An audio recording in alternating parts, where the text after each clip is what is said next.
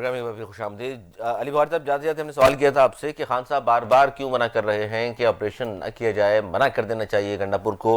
वजह क्या है? दहशत गर्दों के खिलाफ ऑपरेशन होगा, क्या नुकसान है आपका? मुझसे पूछा आपने? जी बुखारी साहब।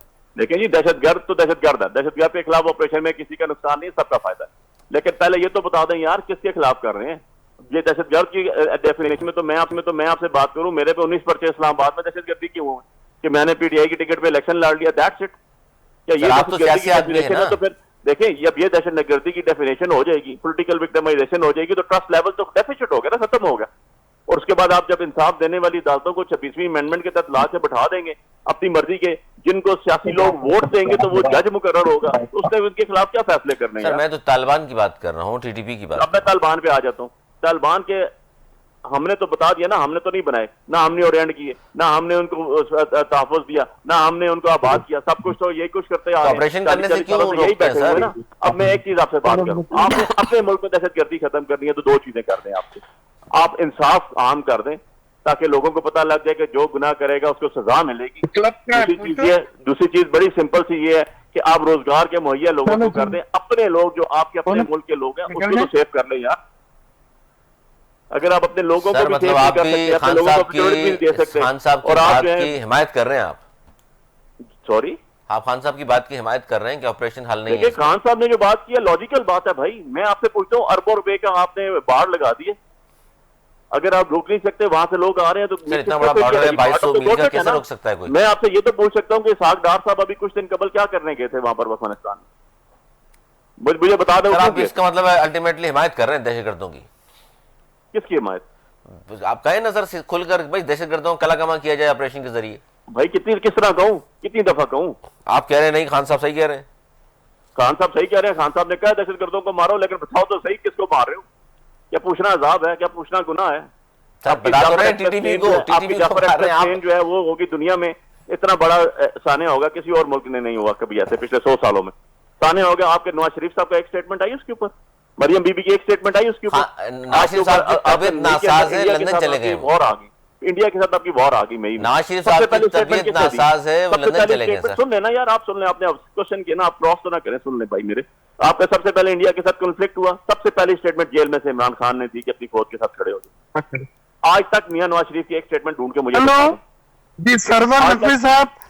जी डॉक्टर साहब, मुझे जाना, मैं एक से जवाब देख के जाऊंगा। जी जी जी जी फरमाइए। वो जवाब ये है कि जो इसाक डार साहब गए थे, हम उन्हें ये बोलने गए थे कि आप अफगानिस्तान की सरजमीन इन दहशत गर्दों को इस्तेमाल करने नहीं देंगे, और अगर आपने दिया तो फिर हमारी तरफ से जो रिएक्शन है वो आपको खुद नजर आएगा। हम एक वार्निंग देने गए थे और उन्होंने वादा करा था कि हम अफगानिस्तान की सरजमीन जो है वो दहशत गर्दों के हमले यहाँ से नहीं होने देंगे। वो उसमें कितना कामयाबी हुई हमें नहीं हुई, वो एक अलग बहस है, वो एक अलग बात है।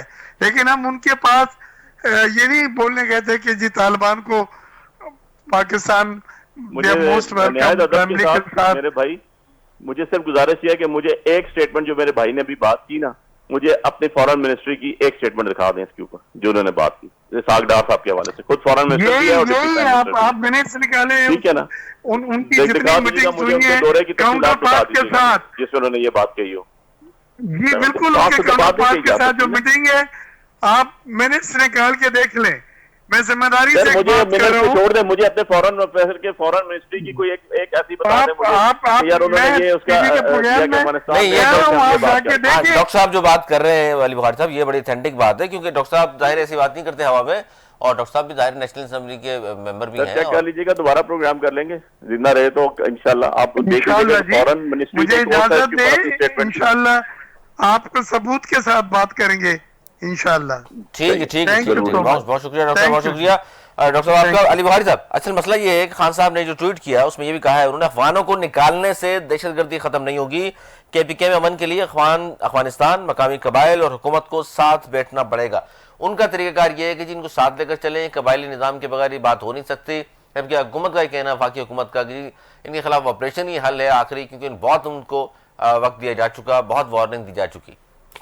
यार बात यह है कि ये तो टोपी ड्रामा है मेरी तरफ से, तो हुकूमत की तरफ से। मुझे ये बता दें 2014 में एक हमारे स्कूल के ऊपर अटैक हुआ, आर्मी पब्लिक स्कूल पे, उसके बाद हमारा एक नेशनल एक्शन प्लान बना।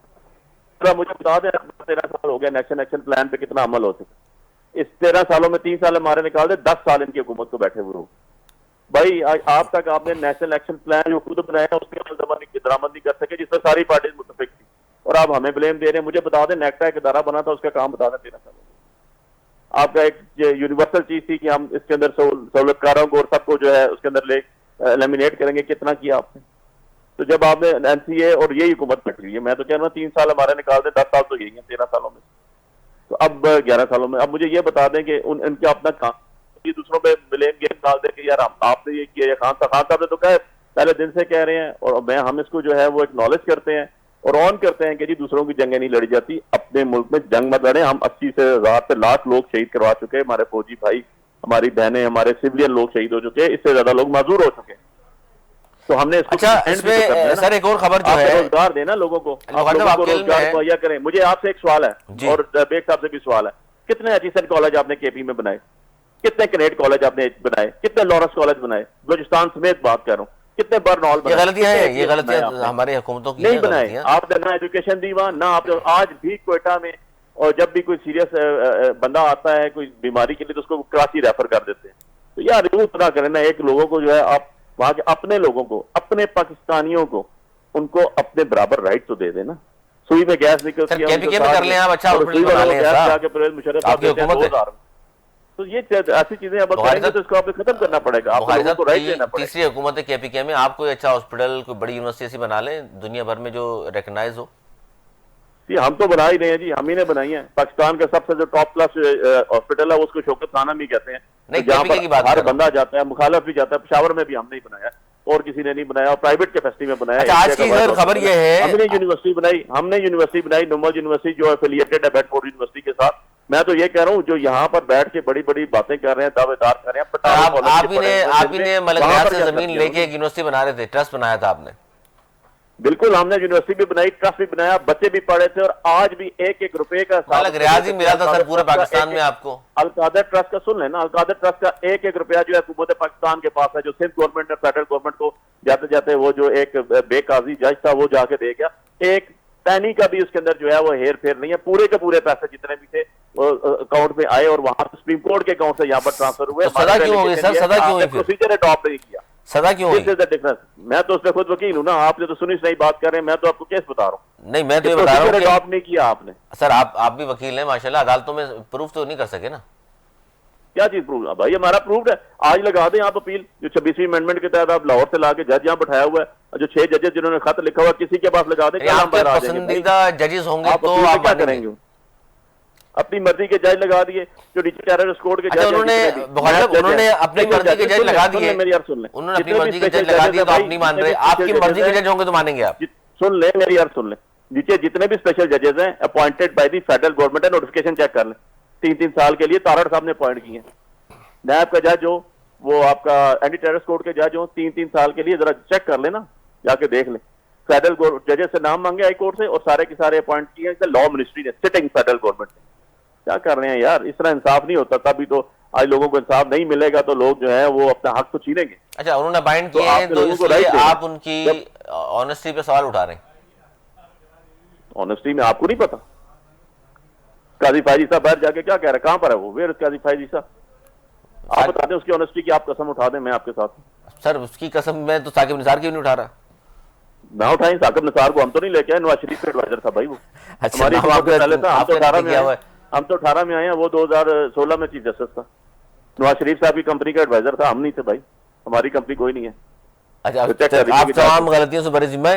सर आज एक केस का फैसला हुआ है जी, जिना हाउस हमला केस।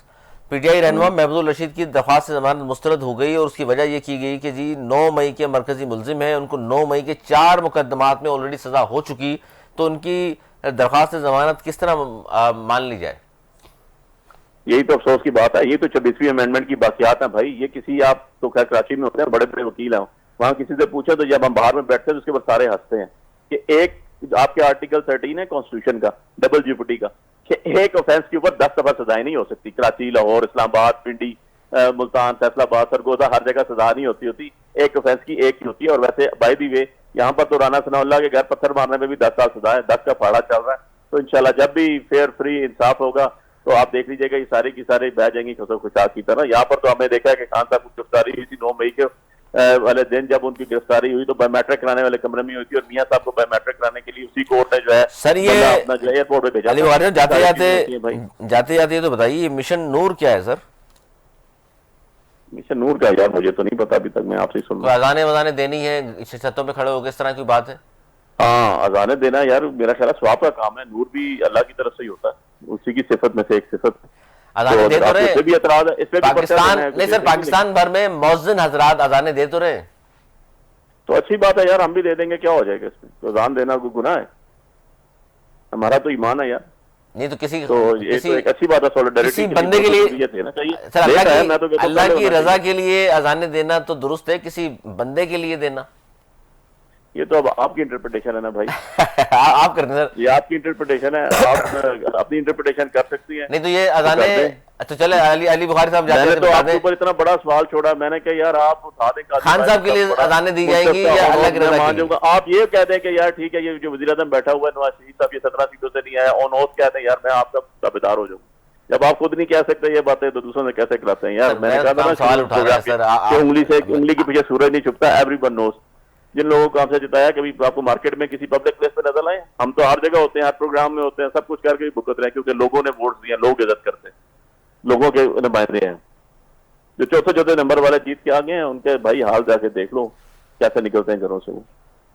चले जी, आपके बगौर के वो छुपते फिर रहे हैं सर? जी, वो छुपते फिर रहे हैं जीतने वाले?